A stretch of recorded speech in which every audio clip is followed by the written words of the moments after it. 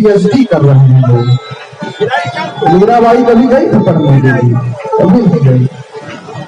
तुलसीदास जी कभी पढ़ने गए? नहीं गए। कभी कबीरदास जी पढ़ने गए? नहीं गए।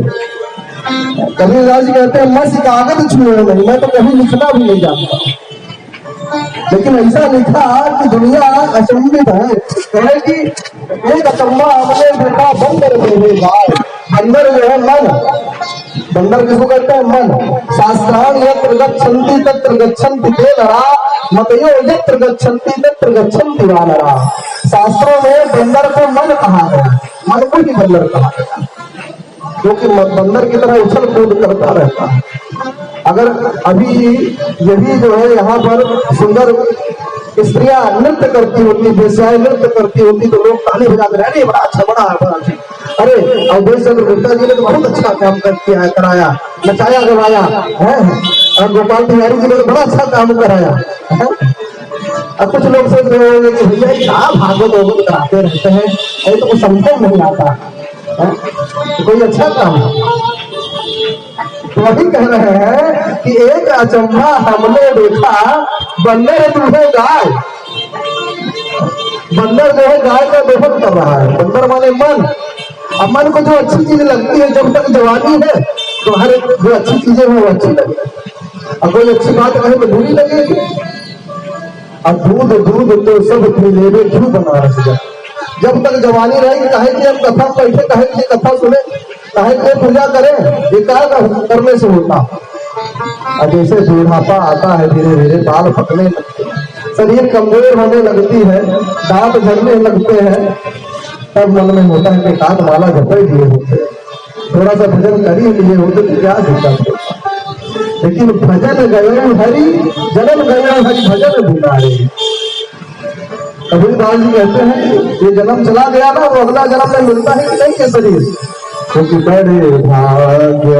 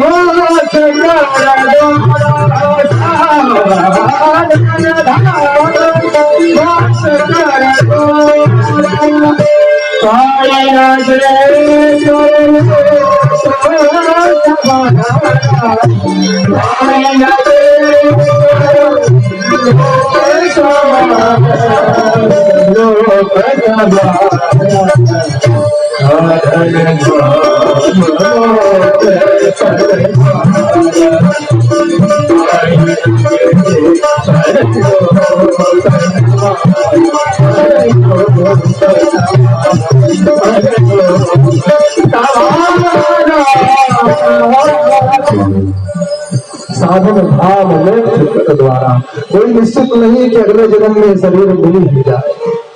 अगले जन्म में मान लीजिए गधा बना दिया तो क्या करोगे, बंदर बना दिया तो क्या करोगे, चाह करके भी भजन नहीं कर पाओगे। ये भी योनिया है, ये भी एक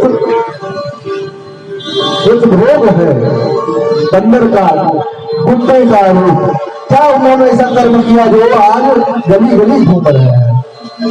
तो इसलिए कि उन्होंने कभी भगवान को महत्व नहीं दिया, अपने जीवन में कभी भागवत को महत्व नहीं दिया, अपने जीवन में हमेशा भोग में भी रह गए, इसलिए आज कुत्ते बने फिर रहे हैं। इसलिए भजन गुण बैल बिराने हुई है, भजन गुण कुकर सुकर हुई है। हम नहीं कह रहे हैं, कबीरदास जी कह रहे हैं कि जो भजन नहीं करेगा अगले जन्म में कुत्ता सुअर बनेगा, ऐसी योनि प्राप्त करेगा। अब कुत्ता सुअर की योनि तो आप जानते हैं कितनी गंदी योनि होती है।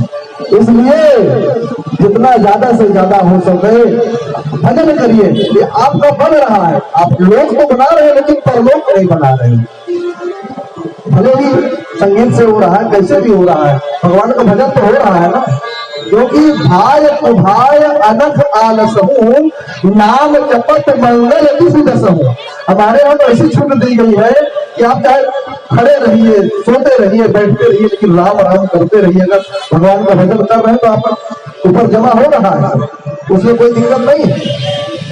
करते रहिए, भजन करते रहिए, काम करते रहिए, भजन करते रहिए। तो वही कबीरदास जी कह रहे हैं कि एक अचम्मा हमने देखा, 15 दुबले गाय और दूध दूध तो सब मेरे खूब बनारस में आए।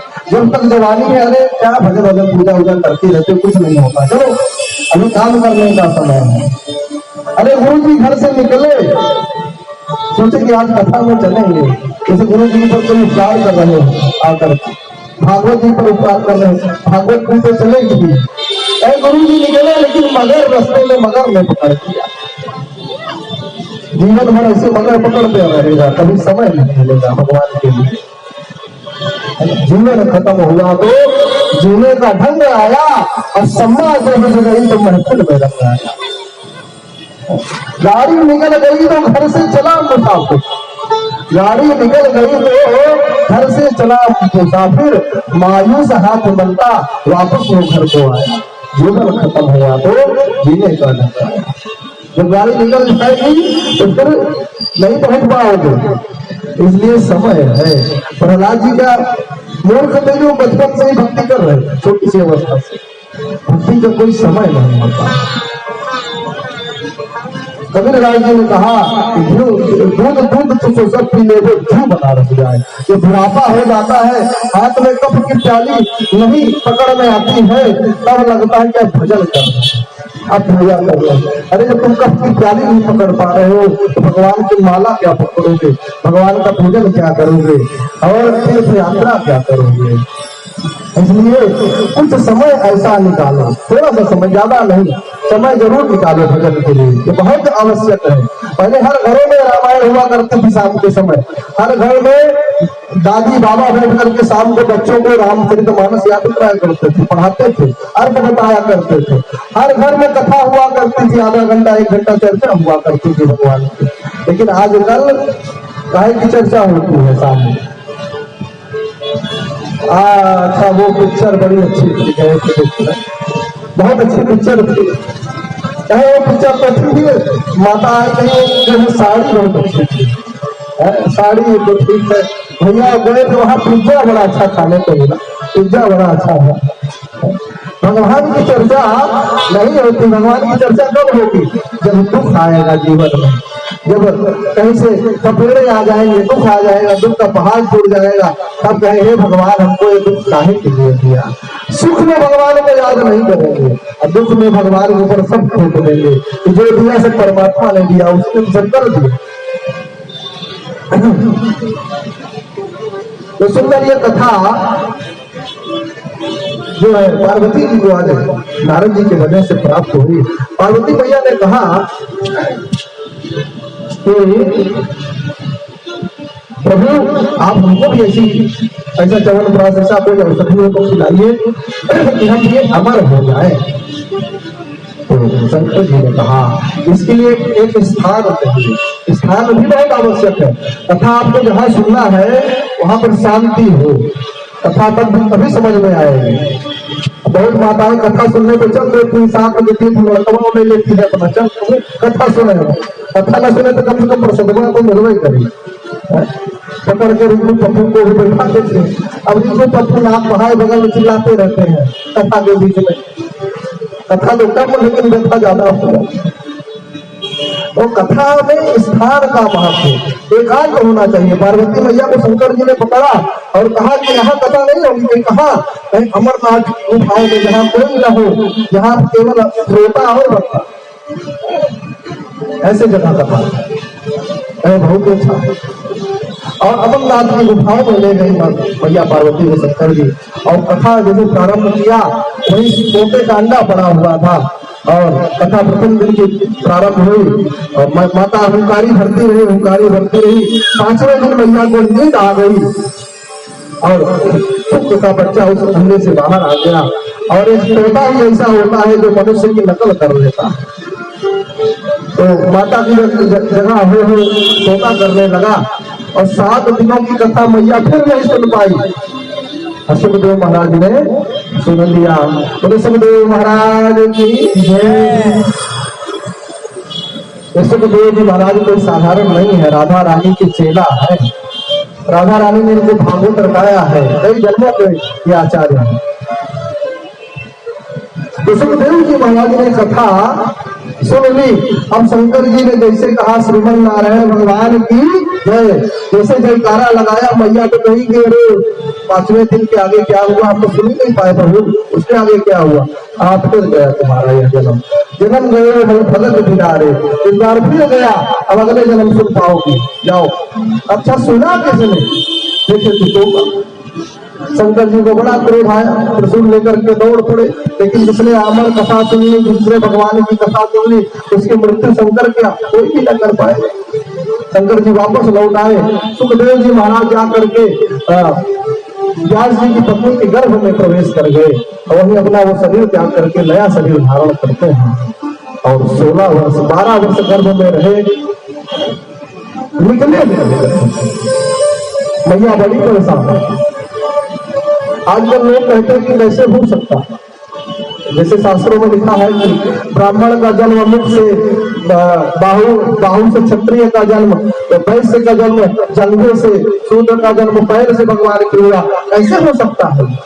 पहली बात तो भगवान है, भगवान के लिए तो यह संभव नहीं कोई चीज है।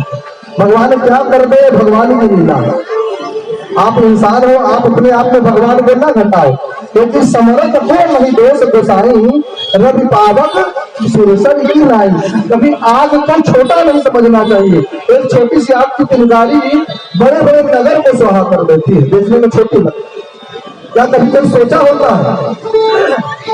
कोई सोचता है कि छोटी सी चिंगारी बड़े से बड़े नगर को खाक कर देगी? लेकिन छोटी सी दिखने वाली चिंगारी बड़े से बड़े नगर को जला देती है। इसी प्रकार भगवान की शक्ति में संदेह नहीं करना चाहिए। वो देखने में तो छोटे लगते हैं, कन्हैया लगते हैं, बाल गोविंद लगते हैं, लेकिन बड़े बड़े पुतना, बड़े बड़े अरिष्टासुर, बकासुर, अघासुर, मानो कितने प्रकार के असुरों को पल भर में मार गिरा। भगवान की महत्ता पर प्रश्न नहीं करना चाहिए। और दूसरा बात, जन्म की तो मनुष्य के शरीर से ही बहुत ऐसे जीव जंतु हैं जो मुंह से नहीं सिर से भी होते हैं। बाल में जुआ लिख होती है कि नहीं होती, हो जाती है कि नहीं? क्या वो पेट में धारण करना पड़ता है? तो बालों से हो जाती है। कहीं से जीव कहीं से भी पैदा हो सकता है कि नहीं? अभी 2-4 दिन 10 दिन भाई आपके शरीर से जीव निकलने लगेंगे, हाथ से निकलेंगे, पैर से निकलने, हर जगह से जीव निकलने लगेंगे, छोटे छोटे कीड़े। जब हमारे शरीर से निकल सकते हैं तो भगवान है, उनके उनके संकल्प करेंगे, उनके शरीर से तो असत्य जीव उत्पन्न हो सकते हैं। इसलिए भगवान की महत्ता पर संदेह नहीं करना चाहिए। माता पार्वती जी ने कथा नहीं सुने। इधर सुखदेव जी कैसे जन्म लेते हैं, बोले सुखदेव महाराज की। सुखदेव जी है कौन? शंकर जी ही है। भगवान शंकर जी का ही स्वरूप सुखदेव जी का स्वरूप है। ज्ञान के अधिष्ठात्री देवता है सुखदेव जी महाराज। ज्ञानमेव ममलम ज्ञानम परम दीजिए। तो सुखदेव जी महाराज का जन्म हुआ और सुखदेव जी महाराज का जैसे जन्म हुआ, व्यास जी लिखते हैं, प्रार्थना करते हैं, यंत्र कृत्यम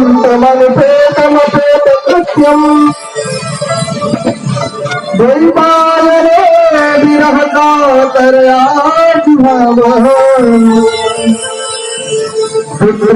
तन्मयतया सर्वभूमेद हम सर्वभूत निलयम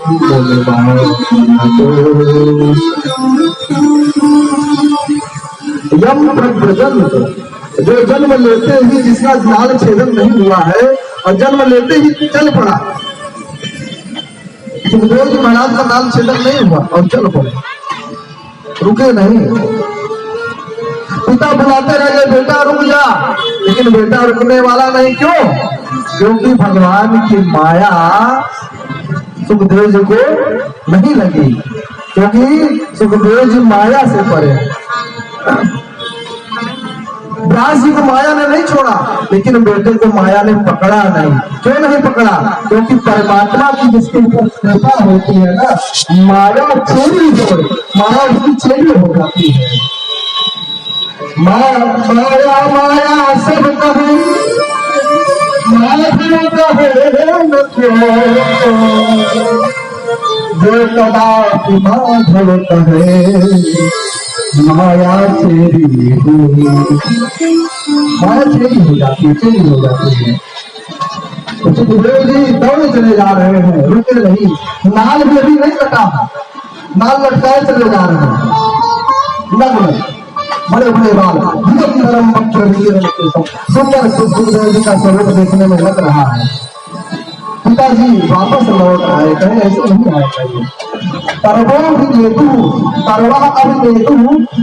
उत्तरम दबू, जो फेल है उन्होंने उत्तर दिया व्यास जी को।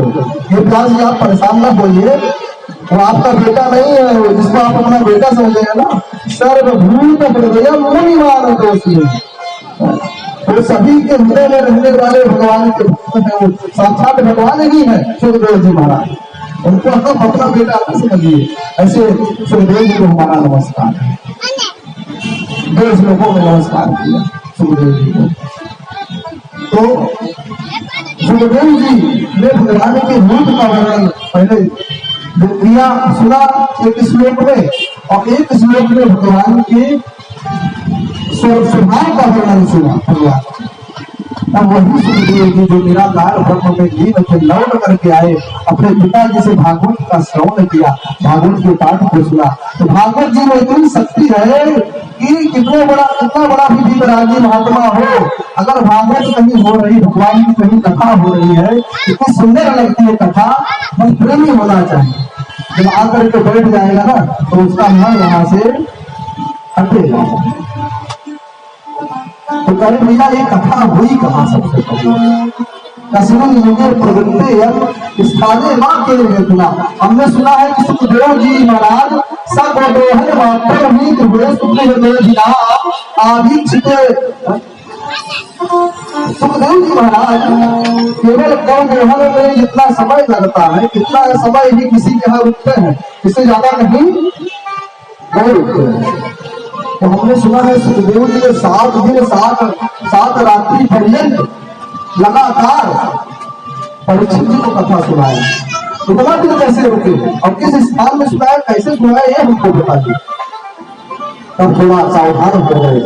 सावधान मन कर गुण शंकर, लागे कमल कथा सुंदर। हाँ, बड़ा अच्छा प्रश्न आपने किया है। अरे कथा कहाँ से हुई क्या आपको हम बताते हैं।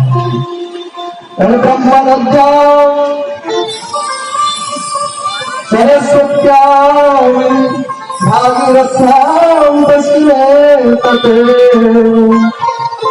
संज्ञाप्रासयति प्रोक्त ऋषिणां सद्गुरुर्धनः। द्वापर का अंतिम समय चल रहा था। द्वापरे समुद्राते तृतीये युग परिये, अंतिम समय द्वापर का। कलयुग का प्रारंभ, द्वापर का अंतिम। कलयुग की आयु कितनी है? 4,32,000 कलयुग की आयु। हर एक युग की आयु होती है, और इस समय कलयुग चल रहा है। कलयुग के कितने वर्ष बीते? 5,000 वर्ष। 5200 वर्ष बीत कर कलयुग के बीत चुके हैं। और आपको अगर विश्वास ना हो शास्त्रों पर, तो आप भागवत जी आदि ग्रंथों को उठा करके देखिए। उसमें पहले से ही लिखा है कि जैसे 5,000 वर्ष कलयुग के बीतेंगे, वैसे धीरे धीरे गंगा जी लुप्त होना प्रारंभ हो जाएंगे। और आप देखिए गंगा जी की स्थिति क्या है, देख रहे हैं गंगा जी कहीं नहीं दिख रही है, हर जगह नाला दिख रहा है। सभी नदियां धीरे धीरे दूषित हो जाएंगी। तेल लुप्त सदाचार, धीरे धीरे आचार लुप्त हो जाएंगे, विचार लुप्त हो जाएंगे, व्यवहार लुप्त हो जाएंगे, सब मर्यादाएं लुप्त हो जाएंगी, वर्णाश्रम धर्म लुप्त हो जाएंगे। बस उदर भरई सो जतन सिखावा, पेट कैसे भरे, मनुष्य अच्छे से कैसे रहे, अच्छे से कैसे उसका काम चले। भले किसी को मारना पड़ जाए, किसी को लूटना पड़ जाए, किसी को दुख देना पड़ जाए इस पर विचार नहीं करेगा, बस उसका कार्य चलना चाहिए, धीरे धीरे हो जाए, जैसे बढ़ेगा। युग का एक स्थान है, एक दिन देखिएगा ये युग जैसे आगे बढ़ेगा विनाश की ओर, कलयुग का अंतिम चरण जब आएगा तो धीरे धीरे हम लोग विनाश की ओर जाएंगे, क्योंकि ज्यादा विकास विनाश को नियंत्रण देता है। शास्त्रों में मिला है कि जब गंगा जी समाप्त हो जाएंगे, पीपल का वृक्ष कहीं नहीं दिखेगा, गाय माता कहीं नहीं दिखेंगे, तो संसार धीरे धीरे। अब वैज्ञानिक लोग चेतावनी दे रहे हैं, अब विज्ञान के लोग कहते हैं कि भाई हम तो वैज्ञानिकों की बात मानेंगे, शास्त्र की बात नहीं मानेंगे। शास्त्र हजारों वर्षों से चेतावनी दे रहे हैं कि गंगा मैया जो है देखो मुक्त हो रही है, लेकिन नहीं मान रहे। अब विज्ञान कह रहा है कि ग्लेशियर खत्म हो रहा है, अब ग्लेशियर खत्म होकर समुद्र में बढ़ जाएंगे, और समुद्र बढ़ जाएंगे तो प्रलय आ जाएगा, सब बढ़ जाएंगे। ये शास्त्र उत्तर है प्रलय होगा, इसको नहीं मान रहे हैं, लेकिन वैज्ञानिक कहेंगे तो मानेंगे, शास्त्र कहेंगे तो नहीं मानेंगे। शास्त्र में पाठक होता है और वैज्ञानिकों की भाषा मानेंगे। यही आज जो है समाज में विकृति आ गई है। हम एक जगह पूजा कराने गए थे, हमारे जजमान उनसे फेफड़े की बड़ी दिक्कत, हमने कहा कि शंख बजाइए, कहा गुरु आप बताते रहते शंख बजाने से क्या होता, कुछ नहीं होता शंख बजाने। हमने कहा शास्त्र में लिखा है शंख बजाना चाहिए, शंख बजाने से घर के जो है जितने भी नकारात्मक शक्तियां नष्ट होती है। इस समय विश्वास नहीं करते शंखों को। अंत में गए डॉक्टर साहब के पास, 3-4 लाख रुपया डॉक्टर साहब ले लिए, गेंद वाली मशीन दे दिए, इसमें फूंक मारिए गेंद उठनी चाहिए दिन भर। अब वो फूंक मारता है तो गेंद उठती है, उसमें 2-3 गेंद है, फूंक मारता है वैसे गेंद उठती है, उससे फेफड़ा होता खुलता है, बंद होता है। तो कहीं यही चीज हम भी कह रहे थे शंख बजाइए, कोई बड़ा का जो है एक्सरसाइज, लेकिन हम कहेंगे आपके पाखंड कर रहे हैं, हम कहेंगे पाखंड है, डॉक्टर कहेगा 3 लाख रुपया दे करके बड़ा अच्छा काम। शास्त्र की बात नहीं मानेंगे, हम कहेंगे नीम की पत्ती का प्रयोग करो घर में, नहीं सैनिटाइजर का प्रयोग करेंगे। नीम की पत्ती से अच्छा कोई सैनिटाइजर है, मोटी से अच्छा कोई सैनिटाइजर है, लेकिन लोग विज्ञान को ज्यादा महत्व देते हैं, शास्त्र को महत्व नहीं देते हैं। तो धीरे धीरे कहते मुक्ता सदाचार, ऐसा समय आएगा, और ऐसा समय आया कलयुग का द्वापर काल की समय, और ब्रह्म नदी सरस्वती के किनारे भागवत, ये भागवत जो है त्रिवेणी है। भागवत की लीला हुई यमुना के किनारे, भागवत सुनाई गई गंगा के किनारे, और भागवत लिखी गई सरस्वती के किनारे। ये भागवत बड़ी अद्भुत, अद्भुत विषय है भागवत जी का। ये त्रिवेणी है, कथा कहाँ हुई? गंगा जी के किनारे। लिखी कहाँ गई? सरस्वती के किनारे। सरस्वती जी के किनारे बैठे हुए हैं कौन? व्यास जी महाराज, और भगवान का स्मरण कर रहे हैं। ब्रह्महत्याम सरस्वत्याम वाग्देव्याम वस्तुनिष्ठते।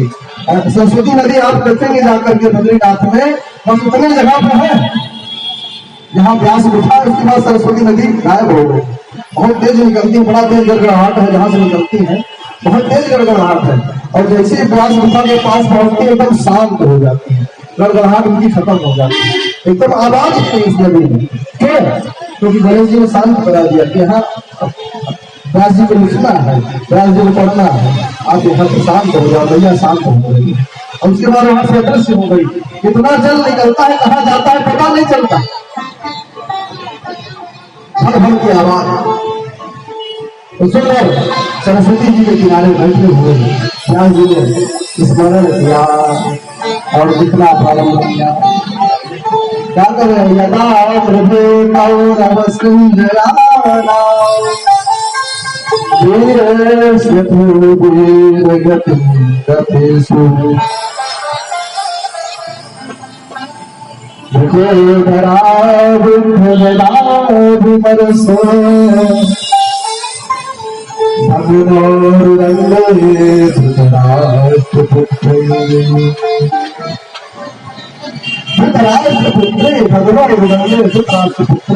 जब युद्ध हो रहा था महाभारत का, यदा मुझे कौरव श्रुत दिया था, बहुत बड़ा युद्ध हो रहा था। उस समय कौरव पक्ष के सभी योद्धा मर गए। कोई बहुत बड़ी बात नहीं। आप अगर बहुत ज्यादा हैं तो इसका मतलब नहीं कि आप अधर्म करेंगे जीत जाएंगे। भगवान की लाठी के बड़ा आवाज होती है, आपको बता दें। हमने देखा है कई लोगों को, एक जो भगवान को नहीं मानते थे मंदिर हटा दिए, पेड़ों को कटवा दिए, कहना तो नहीं चाहिए, लेकिन उनके अच्छे अच्छे बालक चले गए सामने। देखते देखते 20-20 साल के बच्चे जो है वो चले गए। भगवान से कभी धर्म से छेड़छाड़ नहीं करना चाहिए, इसका बड़ा ही बुरा फल मिलता है, जान लीजिए। लेकिन कौरवों ने भगवान की नहीं मानी, अधर्म पर अटक गए। और शास्त्रों में कहा है कि धर्म को, कहा गया है शास्त्रों में कि अधर्म को जो मूक होकर के निहारे जाते हैं, अधर्म को जो मूक होकर निहारे जाते हैं, भीष्म हो, द्रोण हो, चाहे कर्ण हो, वो मारे जाते हैं, वो मारे जाते हैं। जो अधर्म को देखते हुए भी कुछ नहीं बोलते हैं, चाहे जितने बड़े भी शक्तिशाली हो, उनकी गति भीष्म की जैसी होती है, कर्ण की जैसी होती है, कहीं पूछ नहीं होती है। कितना शक्तिशाली है आप, कितने बेईमान है, ये महत्व नहीं रखता है। आप धर्म के साथ कितने जुड़े हुए हैं, ये महत्व रखता है। आप कितने बड़े नेता है, कितने पैसे वाले हैं, ये महत्व नहीं रखता। आप कितना धर्म संबंध बातें करते हैं, आप कितना धर्म को बचाने की बात करते हैं, ये महत्व रखता है। क्योंकि अगर धर्म नहीं रहा ना, कंधे से ऊंचे छाती नहीं होती, और धर्म से बढ़कर कोई जाति नहीं होती। और जब दिया ही नहीं रहा तो बाकी का क्या करोगे? जब दिया ही नहीं रहा तो बाकी का क्या करोगे? और जब धर्म ही नहीं रहा तो जाति का क्या करोगे? धर्म ही नहीं रहा तो जाति का क्या करोगे? इसलिए धर्म बहुत जरूरी है। धर्म रहेगा तभी संविधान रहेगा, धर्म रहेगा तभी उसको मानने वाले लोग रहेंगे। जहाँ धर्म नहीं है देख लीजिए, जहाँ धर्म नहीं है वहाँ कोई संविधान नहीं, कोई नियम नहीं। इसलिए धर्म की रक्षा करिए। धर्मो रक्षति रक्षता, तो धर्म की रक्षा करता है भगवान, उसकी रक्षा करते हैं। तो आज महाभारत का युद्ध हुआ, कौरव 100 होने के बाद भी, 100 भाई होने के बाद भी मारे गए, एक भी नहीं बचे। और दुर्योधन की गति कैसी हुई,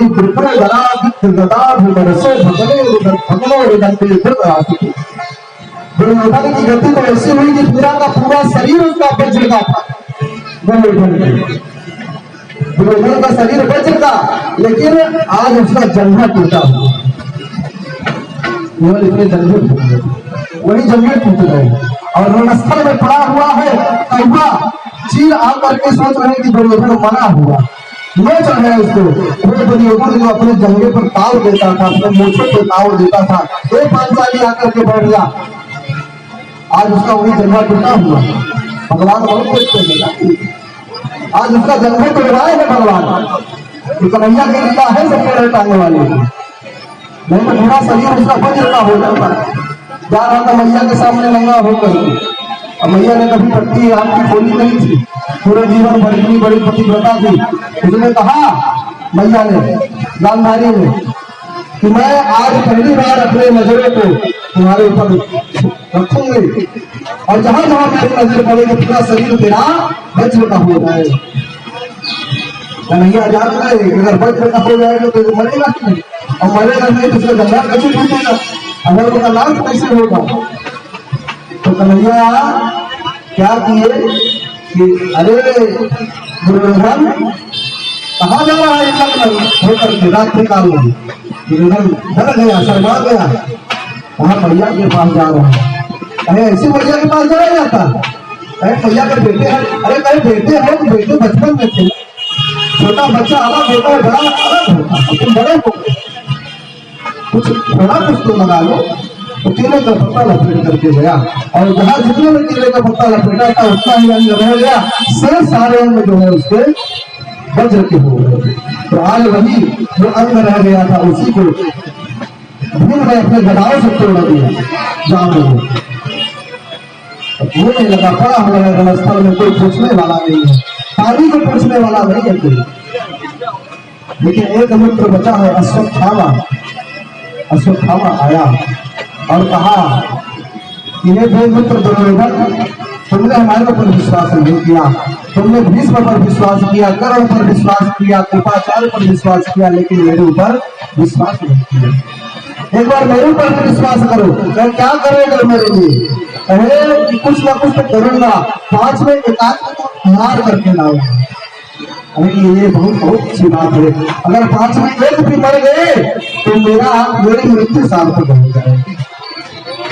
देखिए कुछ लोग मरते समय भी सोचते हैं कि कुछ जो हमारे शत्रु है उनका नाश हो गया, मरते समय भी जा रहा है अपने परिवार से, ऐसा झगड़ा है उसका। ये महाभारत ये भागवत शिक्षा देती है कि जिस परिवार को आप कभी बड़ा प्रेम करते थे, जिसके साथ आप बैठ करके खाते थे, जिसके साथ आप खेला कूदा करते थे, वही कालांतर में भाई आपका दुश्मन बन जाता है और आप उसके प्राणों के प्यासे बन जाते हैं। क्यों बन जाते हैं? क्योंकि राग और द्वेष ऐसी वस्तु होती है जो समय आने पर उदय हो जाती है मनुष्य के जीवन में, और राग द्वेष के कारण अपने अभिमान के कारण ये महाभारत हो जाते हैं। अभिमान के कारण महाभारत हो जाया करते हैं, अधर्म के कारण महाभारत हो जाते हैं, लोभ की प्रवृत्ति के कारण महाभारत होता है। सुंदर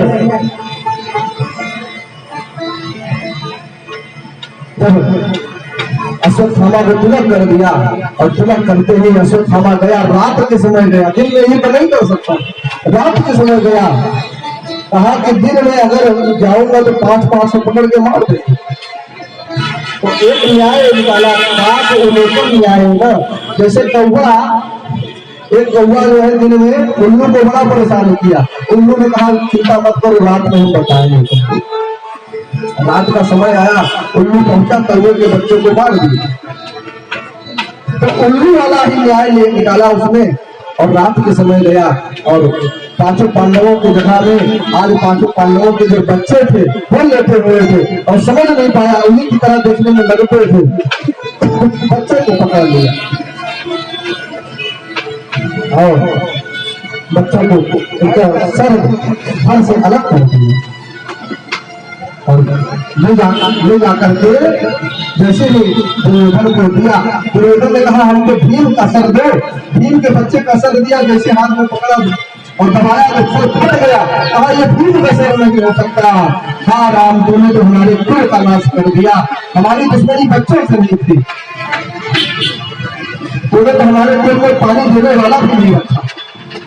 चाचा दादा की लड़ाई में पूरे बच्चों को मार दिया और राम कहते हुए पश्चाताप करते हुए वहीं पर अपना प्राण त्याग दिया। बड़ी दुर्गति हुई उसकी। और इधर मैया जब उसी प्रातः काल तो क्या देखती है? सबसे पहले मैया बच्चों के पास जाती है, क्या देखती है? माता शिशुना मुद्रम सुताना घोरा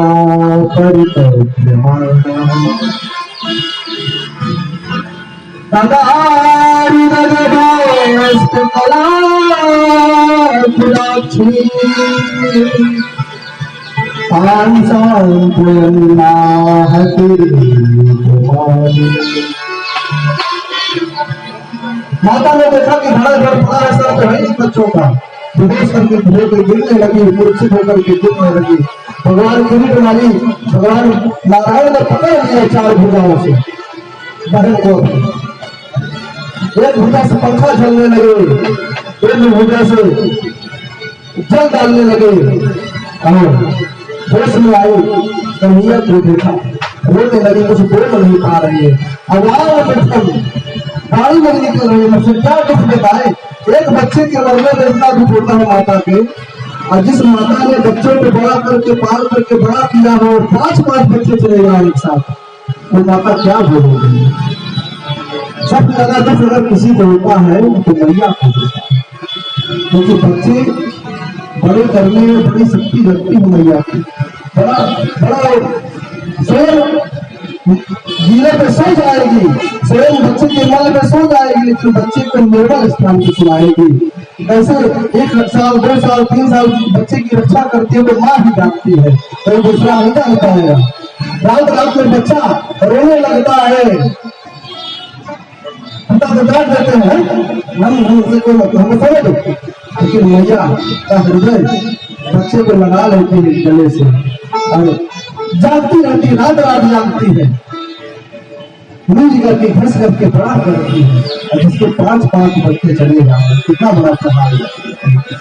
अंतिम में कन्हैया के हाथों में गिर करके कहती है, तुम्हें मेरे और सब पढ़ाए, हे प्रभु तुम्हें मेरे अपने और सब पढ़ाए, और जब भी मेरे ऊपर विपत्ति आई है आप मेरे काम आए हैं, हे परमात्मा फिर मेरे ऊपर विपत्ति आई आप मेरी रक्षा करिए। अरे तुम ही मेरे और सब पराए, तुम ही मेरे और सब पराए, जब काम हुआ तो और राज आए,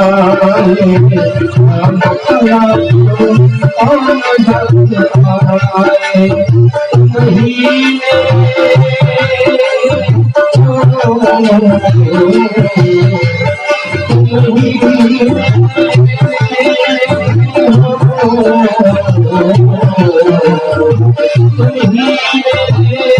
और सब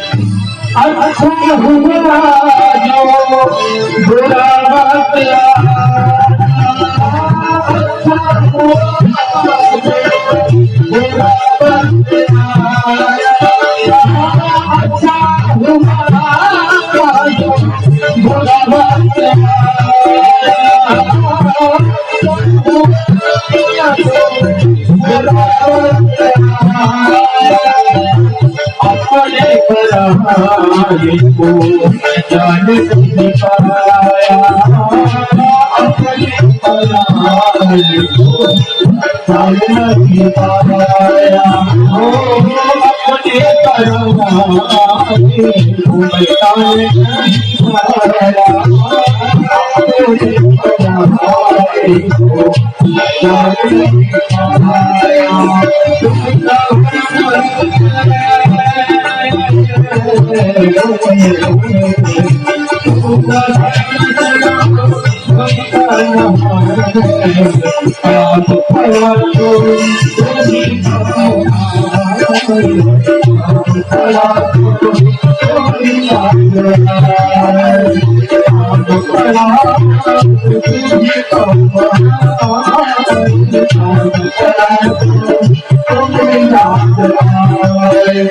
तुम ही अपने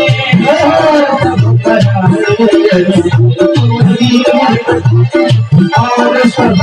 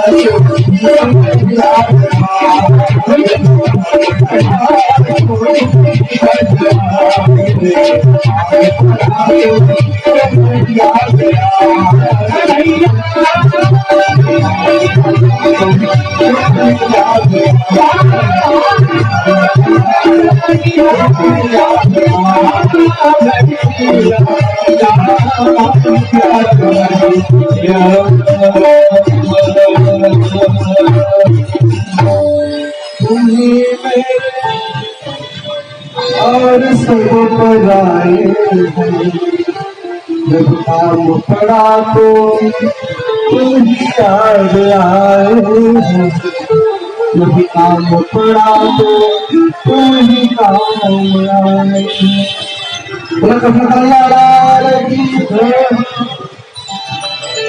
आज जैसे ही मैया जैसे ही कहर गिरने लगी, द्रौपदी कन्हैया ने खाब हो गया। कहा बहन, अगर भाई के रहते हुए बहन नहीं आए तो भाई किस काम है?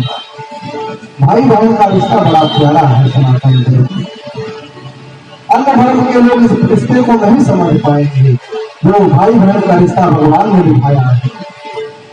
एक छोटा सा कपड़ा क्या बहन ने बांध दिया हाथ में, तब सुदर्शन से कट जाने पर अंगुली आंचल फाड़ करके बांध दिया, कन्हैया जन्म जन्म के ऋणी हो गए। भगवान कहते हैं बस थोड़ा सा तो प्रेम से भाव से मुझको अपना मान ले, मैं तेरा जन्म जन्म का ऋणी हो जाऊंगा। जो संपत्ति सी मेरा नहीं दिए दसमा से संपदा भी सब कुछ भी रावण ने भगवान शंकर की बड़ी तपस्या की, सिद्ध चढ़ाया, तब जाकर के शंकर जी ने उसको सोने की लंका दी। लेकिन वही संपदा रामचंद्र जी ने केवल विभीषण शरण में आ गया, चरणों को पकड़ दिया। वही संपदा विभीषण को सब कुछ में संकोच में दे दिया। अरे मैंने कुछ नहीं दिया। भगवान नारायण ऐसे, कन्हैया ऐसे, कन्हैया ने कहा बहुत चिंता मत कर, जिसमें तेरे बच्चों को मेरा परायण पालो तुम्हारा होगा बच्चे। तुरंत अर्जुन ने प्रतिज्ञा कर ली कि शाम के सूर्यास्त के पहले पहले मैं बच्चों के हत्यारों को पकड़ करके लाऊंगा और उनको दंड दूंगा। अगर नहीं दिया तो मैं अर्जुन अपने शरीर का दाह कर दूंगा। और कन्हैया को आदेश दिया, एक कन्हैया रथ निकालो, और चलने लगे। रथ में बैठ, सुबह से शाम हो गई लेकिन ढूंढ नहीं पाए। अर्जुन बड़ा व्याकुल होने को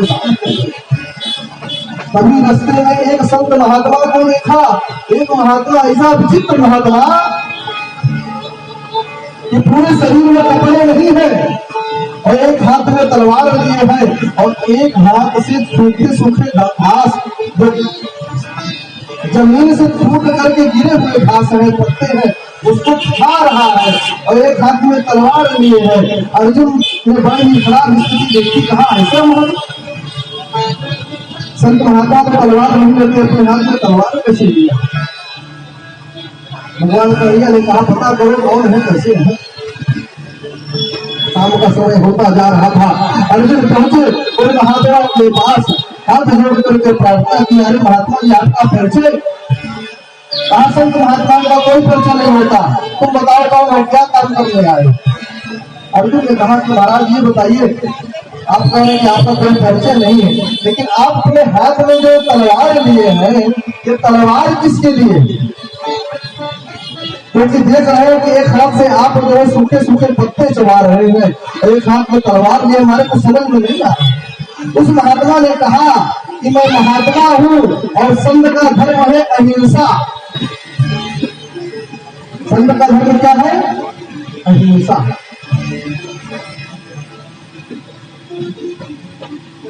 संत कभी किसी को कष्ट नहीं देते हैं, कोई मारने भी आए ना तो संत उसको गले से लगा लेते हैं, भैया चलो मारो, मार दो, मारने से क्या हो, मार लो, गाली दो लो, जो तुम दोगे तुमको मिलेगा। गाली दोगे तो हमको गाली लेना नहीं है, गाली तुम्हारे पास ही करके जाएंगे। तुम्हारे पास गाली है तो तुम गाली दो, हमारे पास भगवान का नाम है तो भगवान का नाम देंगे। और संत का यही स्वभाव होता है। एक संत गंगा जी में स्नान कर रहे थे और बिच्छी बह के जा रही थी, संत के हृदय में दया आ गई और बिच्छी को बाहर निकाल कर रखते। जैसे हम लोग कभी कभी चलते रहते हैं तो सड़क में कभी चींटी दिख गई, चीता दिख गया तो हम लोग पैर बचा करके चलते हैं, चींटी चीता ना कर जाए। और कभी पैर के नीचे पेन पड़ जाए, कलम लिखने वाली, तो क्या करते हैं? पेन को उठा करके माथे से लगाते हैं, कागज को उठा करके माथे से लगाते हैं। कहीं ऐसा होता? जो लोग कहते हैं कि सनातन धर्म में मनुष्यता नहीं है, मानवता नहीं है, वो आकर के देखे। जब सनातन धर्म का मनुष्य जब पहले सुबह उठता है तो क्या करता है? सबसे पहले जब टहलने जाएगा तो हाथ में माताएं चींटी के लिए आटा लेकर के जाती, रास्ते में चींटी का कहीं फल दिख गया तो आटा डालती है। और कितने लोग चींटी का चटनी बना करके खा जाते हैं। कितने लोग चीटी का चटनी बना खाते हैं, हम लोग चीटी बजाकर आटा देते हैं, ये मानवता नहीं है। और इसके बाद जब आगे चलते हैं तो कबूतरों के लिए दाना फेंक दिए, पक्षियों के लिए दाना फेंक दिए, पक्षियों के लिए पानी रख दिया, और कितने लोग पक्षी खा जाते हैं। ये मानवता नहीं दिखती है तुमको सनातन धर्म में। आगे चलते हैं, जब खाना बनाते हैं, खाना बनाते समय पहली रोटी गाय के लिए निकाल देते हैं, और कितने लोग गाय खा जाते हैं। कितने लोग हैं कहते हैं कि गाय खाने की चीज है। ये मानवता तुमको सनातन धर्म में नहीं दिखती है। और अंतिम रोटी कुत्ते के लिए निकाल के रखते हैं, ये मानवता तुमको नहीं दिखती है। और इतना ही नहीं, हमारे यहाँ कहा गया कि भोजन के समय कोई अगर भूखा आ जाता है तो उसको पहले पूछ लिया जाता है, भैया खाए कि नहीं खाए। नहीं है तो जितना हमसे हो पाए हम उसकी मदद करके उसको भोजन कराते हैं। ये नहीं पूछते तुम कौन हो, किस धर्म के हो, किस जाति के हो, कैसे हो। भूखा है उसको भोजन कराना हमारा धर्म है। यहाँ भंडारे में जो भंडारा होता है तो क्या किसी से कोई पूछता है कौन हो, कहाँ से आए, जो आया सबको भोजन, सबको प्रदान। तो ये मानवता तुमको नहीं दिखती है। और बता दे सबसे बड़ी मानवता संसार में, सबसे पहली मानवता अगर किसी ने किया तो वाल्मीकि महाराज ने किया। क्या किया? एक पक्षी मारने वाला था, उसने जो है क्रौंच के पक्षी को मार दिया। अब क्रौंच का जोड़ा जो था उसकी पत्नी रोने लगी तो वाल्मीकि जी ने श्राप दिया कि मां निषाद प्रतिष्ठा अल्पम अगमः शाश्वती समान। हे पक्षी को मारने वाले, क्या तुझको आज से तुझको सम्मान नहीं मिलेगा। तुरंत संत महात्मा ने उसे दंडित किया। ये मानवता आपको कहीं धर्म में नहीं मिलेगी। अन्य जगह जाएंगे तो खाने वाले मिलेंगे, खिलाने वाले नहीं मिलेंगे। यहाँ तो खिलाने वाले मिलते हैं। राजा शिवी में उनके राजा शिवी के यहाँ जब कबूतर होकर भ्रमराज आए परीक्षा लेने के लिए, हमारी रक्षा करो, तो राजा शिवी ने क्या किया? अपने जान का मांस निकाल करके कबूतर को पलड़े में रखा, एक पलड़े में जान के मांस को रखा और दे दिया उस प्याज को, को ले जाओ, कबूतर को छोड़ दो, हमारे हाथ में ले जाओ। ऐसे ऐसे राजा हमारे यहाँ है। उन राजाओं को नहीं पढ़ाया जाता है। ऐसे महाराणा प्रताप, वीर शिवाजी जैसे राजाओं को नहीं पढ़ाया जाता। राम जी के चरित्र को नहीं पढ़ाया जाता है।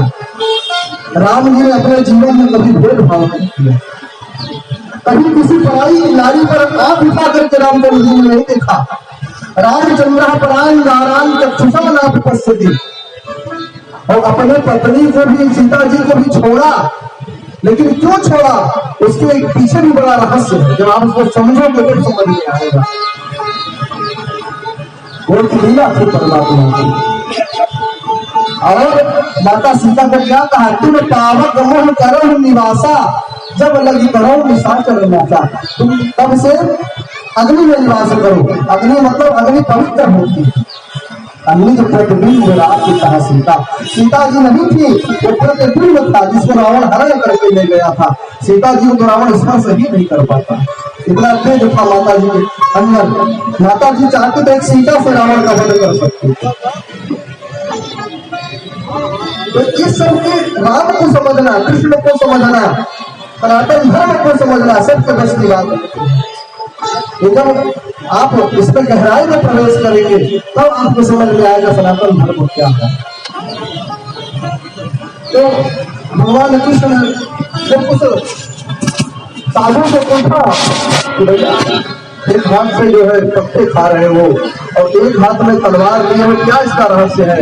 उन्होंने कहा अहिंसा परमो धर्म, संत का धर्म अहिंसा है, मैं अहिंसा निभा रहा हूँ। और अगर मैं कहीं कहीं ऐसा होता ना कि कोई संत ऐसे होते हैं कि डाली से भी नहीं तोड़ते, नहीं तोड़ते, क्योंकि तोड़ने में भी पेड़ को दर्द होगा। अब कहेंगे पेड़ को कैसे दर्द होगा? हमारे सनातन धर्म में कहा है पेड़ के अंदर भी जान होती, वृक्ष के अंदर भी प्राण होते हैं, लेकिन वो जड़ होते हैं, जड़ चेतन। दो प्रकार की सृष्टि है, जड़ और चेतन। तो जड़ जो सृष्टि है कुछ बोल नहीं पाती, पेड़ भी बात करते हैं लेकिन अपनी भाषा में, पेड़ भी सुनते हैं। तस्मात जिग्रम भी पादपाह, तस्मात पिबन भी पादपाह। पेड़ का नाम है पादप। संस्कृत में जब आप पेड़ का अर्थ कहोगे तो पेड़ को संस्कृत में पादप कहते हैं। पादप माने जो पैर से पानी पीता हो। पादेन निर्मेल पिबति इति पादपः, जो पैर से पानी पिए पादप है। तो पेड़ जो पैर से पानी पीते हैं। तो उन्होंने कहा हम संत हैं, और संत का ये स्वभाव होता है कि हिंसा नहीं करते हैं। जो संत गंगा जी में स्नान कर रहे थे, बिच्छी को बहता देखा तो बिच्छी को बचाने के लिए जैसे उन्होंने हाथ में बिच्छी को लिया, बिच्छी ने डंक मार दिया, और डंक मारा तो फिर बिच्छी पानी में गिर गई। फिर संत के मन में दया आई और फिर उठाया, और फिर बिच्छी ने डंक मारा, फिर पानी में गिर गई। कुछ लोग देख करके हंसने लगे, अरे बाबा जी क्या आप बिच्छी के पीछे पड़े हैं, ये बिच्छी आपके बार बार डंक मार रही है और बार बार आप इसको बचाने के लिए सोच रहे हैं, मरने दीजिए, जाने दीजिए।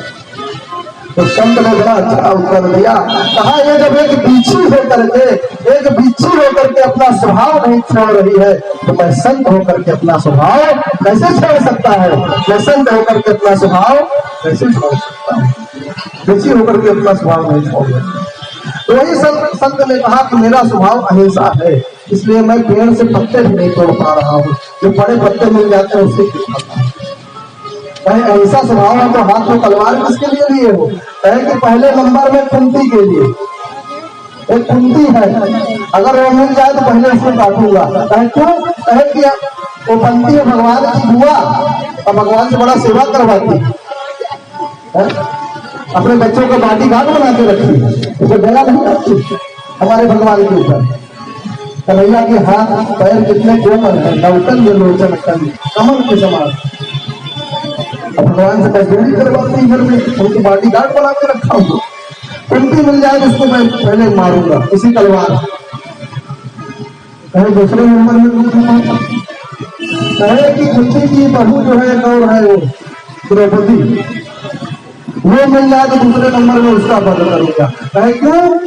कहे कि एक छोटा सा कपड़ा क्या बांध दिया, भरी दरबार में उसकी जब लाज जा रही थी और उसने तुरंत गोविंद को पुकारा, गोविंद कहा थे द्वारिका में, और उसकी लाज जा रही कहा दिल्ली हस्तिनापुर में। उसने ये नहीं सोचा कि गोविंद इतनी जल्दी कैसे आएंगे, और आएंगे दौड़ करके तो कितने पैर में कांटे उनके लगे होंगे, कितने उनके पैर में दर्द हुआ होगा आने में, ये उसने कभी नहीं सोचा। वो तो स्वार्थी भक्ति करती है, क्या जाने भक्ति क्या होती। तो कहे तीसरे नंबर में लगता है हमारे नाम को नहीं आ जाए। अर्जुन कहे महाराज तीसरा बता दीजिए। अभी बहुत अच्छा हुआ अपना परिचय दिए, नहीं तो यहाँ हम तो इन्हें मार देते। कहा तीसरा नंबर कौन? कहे अर्जुन। तीसरे नंबर में अर्जुन का जो भगवान को कभी अपना जो है साला बना लेगा, कभी अपना रथ हाँकने वाला बना लेगा, कभी अपना मित्र बना लेगा, कभी कुछ कोई रिश्ता बना लेगा, कभी बॉडीगार्ड बना लेगा, लगाम थमा देगा हमारे गोविंद के हाथ में। क्या समझ के रखा है हमारे गोविंद ने? हम तो लोकी के स्वामी, और उसे थोड़ा हक आ रहा मिल जाए तो उसको पहले उसका सही करेंगे, कचोड़ा में काटेंगे। अर्जुन कहे चुपचाप यहाँ से निकल गए। चुपचाप में लटकाए आए। कन्हैया ने कहा क्या हुआ?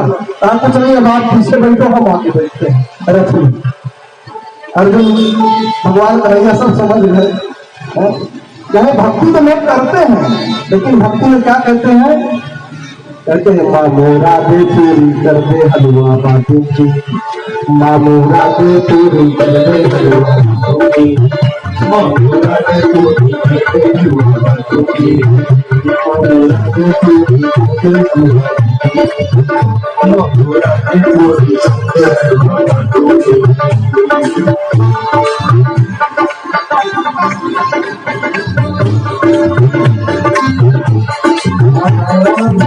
तुझको बुलाऊंगी, भोग लगाऊंगी, तुझको बुलाऊंगी, भोग लगाऊंगी,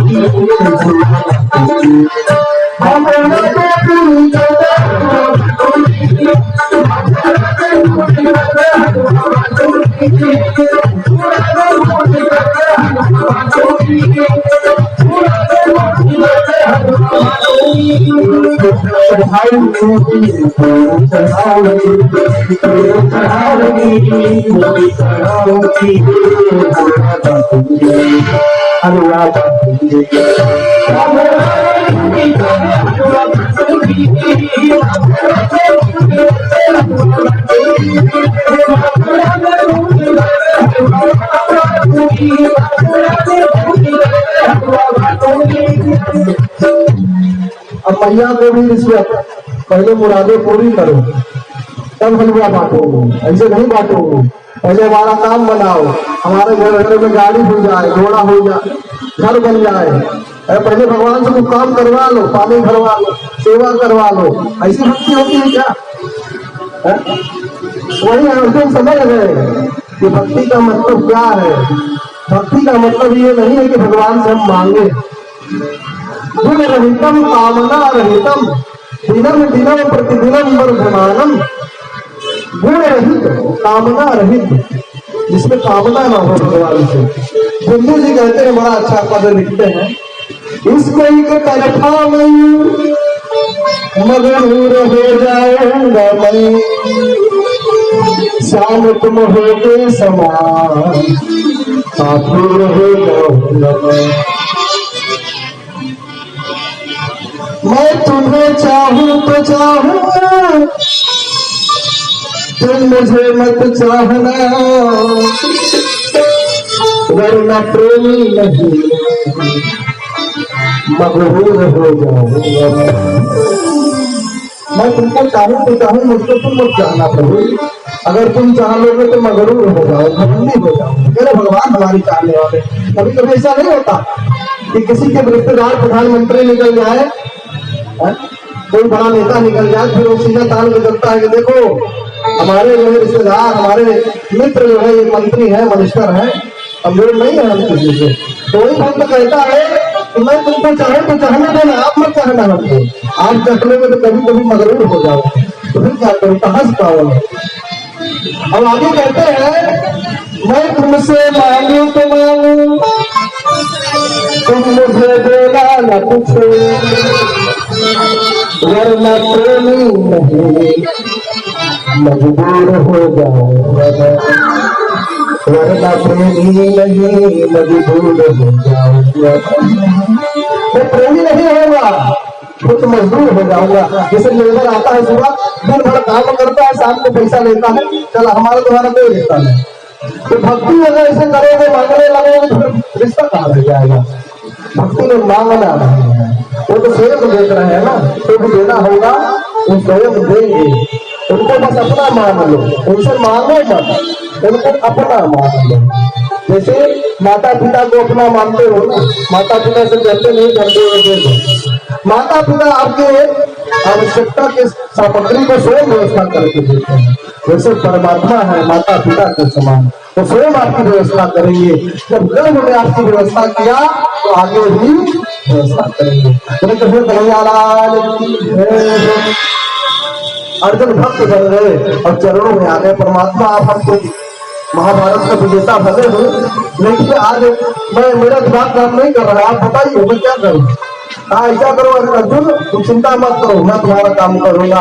और अपने चक्र सुदर्शन को फेंका, चक्र सुदर्शन गया आसमान में, सूर्य को ढक दिया। और इधर अश्वत्थामा ने सोचा आप तो सूर्य डूब गया, अर्जुन अब हमको पकड़ेगा नहीं, अर्जुन मरने वाला होगा, चलो देखते हैं। अर्जुन को मरते हुए अश्वत्थामा जैसे आया, अर्जुन चिता में चढ़ने जा रहे थे, कन्हैया ने कहा अरे महाभारत के विजेता अर्जुन इतनी जल्दी हार मान गए। चक्र सुदर्शन को हटाया, ना देखो अभी 2 घड़ी खून बचा हुआ है। तुरंत अर्जुन ने धनुष बाण उठाया और पास में बांध दिया अश्वत्थामा को। बस वह पास बंध, पहले जैसे पशु को खींच करके ले जाया जाता है, ऐसे घसीटते हुए ले गया अश्वत्थामा को, खड़ा कर दिया द्रौपदी के साथ। वो द्रौपदी क्या करे, द्रौपदी को दया आ रही। द्रौपदी ने कहा कि ब्राह्मण का बेटा है, हमारे गुरु का बेटा है, ब्रह्म बंधुर हम, ब्राह्मण के बेटे को मारना है, मत मारो इसको। लेकिन अर्जुन ने कहा मेरी प्रतिज्ञा का क्या होगा, मैंने जो प्रतिज्ञा की है उसको कैसे पूर्ण होगी?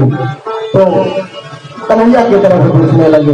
कन्हैया ने निर्णय दिया, कहा कि ब्राह्मण के बच्चे को मारना नहीं चाहिए और आटा ताई हो तो छोड़ना नहीं चाहिए। अर्जुन ने कहा कि जैसे आप चले टेढ़े ऐसे टेढ़ा जो है आप बात बोल रहे हो, सही से बताओ क्या करना। कहे जो बड़े सम्मानित लोग हैं ना, उनको मारा नहीं जाता है। क्या किया जाता है? कहे उनका अपमान कर दो। मारने से क्या होगा कि शरीर एक बार मार लोगे, एक बार मरेगा, लेकिन जब किसी का अपमान कर दोगे, वो जिस गली से निकलेगा, जिस नगर से निकलेगा, जितने बार लोग देखेंगे उतने बार मरेगा, बार बार मरेगा, 1000 बार मरेगा, लेकिन मरता ही नहीं। ये हमारे सनातन धर्म की व्यवस्था है। अरे यहाँ का जो है नियम कहता है कि अगर किसी ने किसी को मारा तो फांसी पर लटका दो, चाहे 100 को मारे चाहे 1000 को मारे। लेकिन हमारा सनातन धर्म कहता है कि अगर कोई ज्यादा बड़ा अपराधी है तो उसे मारो मत, उसका अपमान कर दो, बहिष्कृत कर दो, वो मरता रहेगा, तरह से मरेगा, धुट करके मरेगा। तो क्या किया? आधा पूछ मुड़ा दिया, आधा बाल उसका मुंडन कर दिया, शिखा खींच ली, मणि निकाल लिया, मणि जहार धन्यम, मूर्धा से मणि खींच लिया। अब पागल हो गया अश्वत्थामा। अश्वत्थामा शंकरस्यांशो। अश्वत्थामा है कौन? अश्वत्थामा भगवान शंकर जी का अंश है, शंकर जी का अवतार है। ऐसे बहुत से अवतार हैं जिनको हम नहीं जानते हैं, जैसे कार्तवीर्य अर्जुन। कार्तवीर्य अर्जुन हुए हैं। जायसवाल लोग बड़ी पूजा करते हैं, जायसवाल समाज के सहस्त्रबाहु की। वो कौन है? वह भगवान विष्णु के अवतार है, अंश अवतार है। ऐसे कई अवतार ऐसे हुए हैं, जैसे दुर्वासा है और कार्तवीर्य अर्जुन है। ये सब छोटे छोटे अवतार हैं जो पता भी रखते हैं अवतार होते हैं। अश्वत्थामा जो है क्रोध में आया और ब्रह्मास्त्र छेड़ दिया, फेंक दिया। ब्रह्मास्त्र जब फेंका तो उत्तरा के गर्भ में एक लाला पड़ रहा और एक ही बीज बचा था पूरे पांडव वंश में। सब नष्ट हो गए थे। पांडवों का जो पौत्र था, पोता परीक्षित महाराज, वही उत्तरा के गर्भ में बचे थे। और अश्वत्थामा ने सोचा, इतना मेरा अपमान किया, इसके वंश को रहने नहीं दूंगा, अस्त्र को छोड़ दिया। लेकिन जाको राक्षसाया मार सके। तुरंत उत्तरा भगवान के चरण में गई, रोने लगी है, प्रभु पाहि पाहि महायोगी, देव देव जगतपते,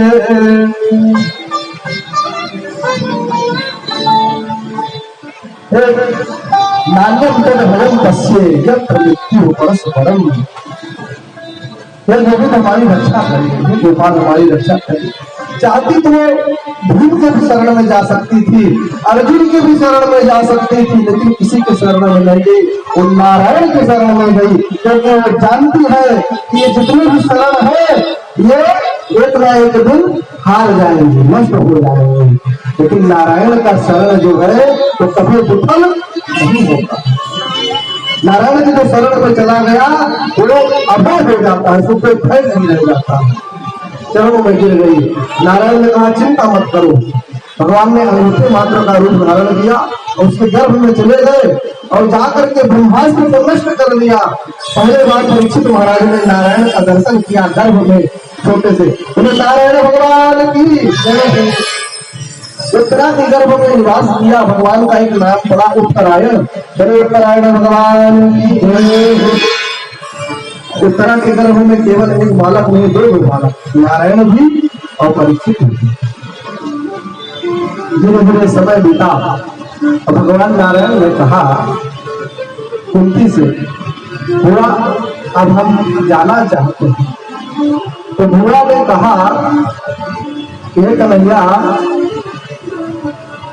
आप जाने की बात ना किया करें, क्योंकि आप चले जाओगे तो मैं भी चले जाऊंगा, जान लीजिए। आप जब तक है तब तक हमारा प्राण है। शास्त्रों में तो ऐसे भक्त हुए हैं जो भगवान का विरह नहीं सह पाए।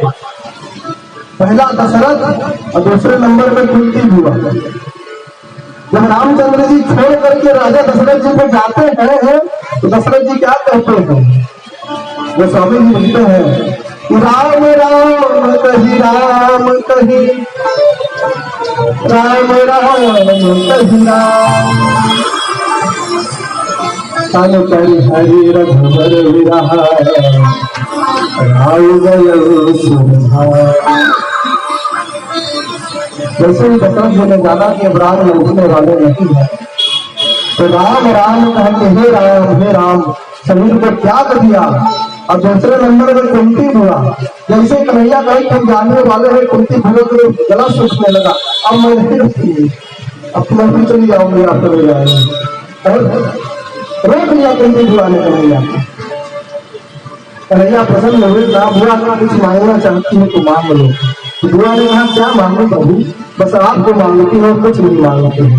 कुछ तो मांगो, कुछ देना चाहती है। तो कहे कुछ देना है तो विपत्ति दे दो प्रभु। कहे विपत्ति, लोग संपत्ति मांगते हैं, गाड़ी मांगते हैं, मोटर मांगते हैं, घर मांगते हैं, बच्चे मांगते हैं, तो विपत्ति मांग रहे।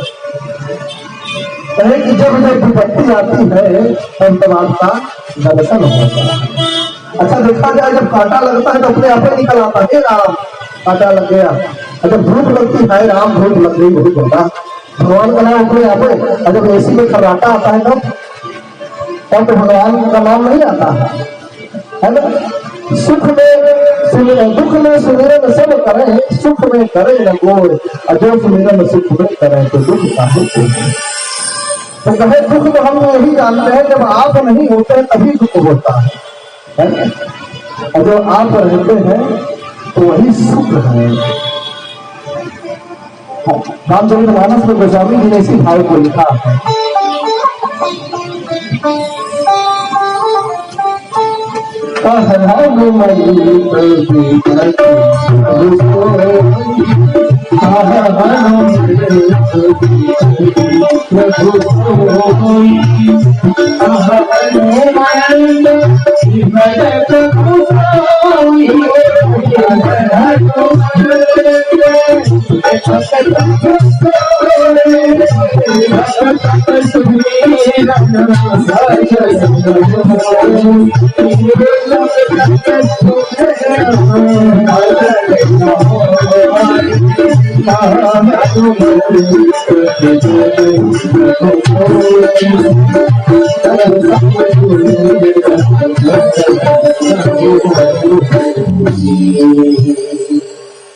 क्या कहते हैं कुंती मैया, कोई घनश्याम सा नहीं देखा। आपके समान हमने कोई नहीं देखा है प्रभु। आपने बार बार हमारी रक्षा की, कभी कुछ मांगा नहीं अपनी भुआ से। आप जानते हैं कि मेरी भुआ मुझको कोई घनश्याम सा नहीं देखा। मेरी भुआ उसको कुछ दे नहीं पाएगी, जानते हैं आप, लेकिन फिर भी मेरे पीछे पीछे लगे रहते हैं। कोई नहीं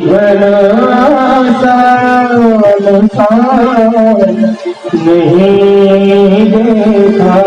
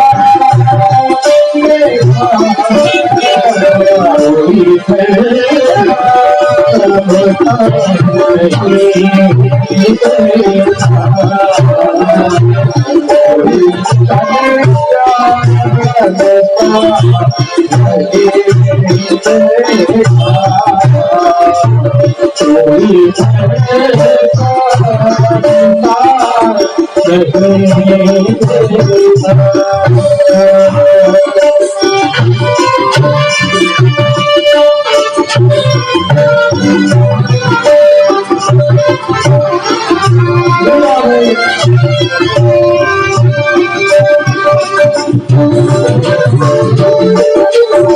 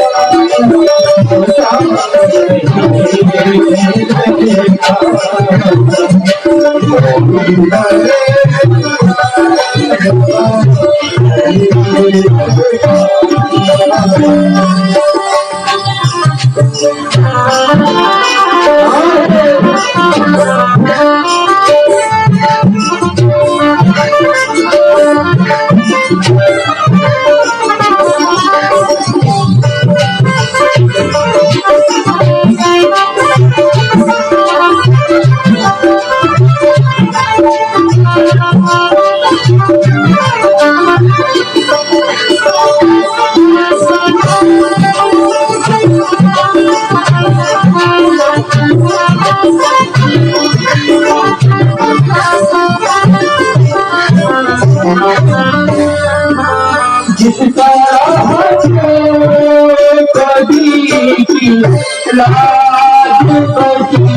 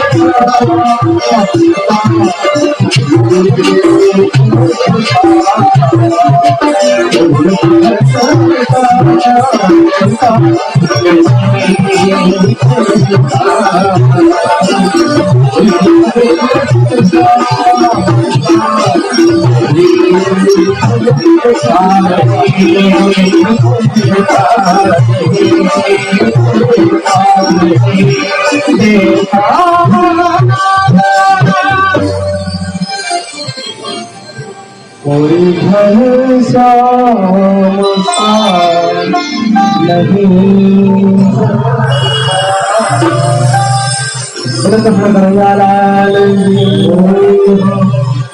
और उनकी मजबूरा ने बहुत स्तुति की भगवान की। भगवान रुक गए, प्रेम से भगवान प्रेम के बंधन में बंध जाते हैं। और बाकी बिहारी लाल के यहाँ तो बार बार पर्दा किया जाता है। इतने बेचारे भगवान हमारे सरल हैं, सहज हैं। अगर किसी से नैनाचार हो गए ना तो उसी के साथ चले जाते हैं, वो नहीं देखते कौन है कैसा है। उतना आई कहीं दूध पी लो, खुला पी लिया भगवान है। मारने भी आता है भगवान का सम्मान करते हैं। एक बार जयपुर के राजा से आके मिल गई थी, उठा ले गए गोविंद को, बड़े दिन रखते थे वहां। फिर यहाँ के पुजारी जी के सपन में आए कि भैया हमको तो राजा दे गए उठा करके। तब यहाँ पर्दा लगने लगा, वहां से गोविंद को लाया, पर्दा करने लगे कि भाई ये तो किसी के साथ चले जाएंगे, अच्छे जाएंगे तो पूजा कैसी होगी। तो इतना किसी का रूप बहुत अच्छा होता है लेकिन स्वभाव अच्छा नहीं होता। और भगवान का रूप भी अच्छा है, स्वभाव भी अच्छा है। इसलिए उनके हुआ ने कहा रोक लिया, रुक गए। और एक भक्त है जो अभी भगवान की प्रतीक्षा करते हैं। बहुत ऐसे भक्त हैं जो प्रतीक्षा करते हैं भगवान की। एक भक्त है जो अद्भुत प्रतीक्षा कर रहा है। एक प्रतीक्षा करना सामान्य होता है, जैसे सवरी मैया प्रतीक्षा करती थी कि हमने आंगन नहीं, दोबारा कैसे आएंगे मेरे राम। रोज उठती थी, पानी भरती थी, झाड़ू लगाती थी, बैर से उठती थी कि राम आएंगे राम आएंगे। और सुबह से शाम हो जाती थी, राम उसकी जो प्रतीक्षा थी। सवरी मैया ने 16 वर्ष प्रतीक्षा की, जटायु ने 60,000 वर्ष प्रतीक्षा की। लेकिन एक भक्त है जो 6 महीने से प्रतीक्षा कर रहा है।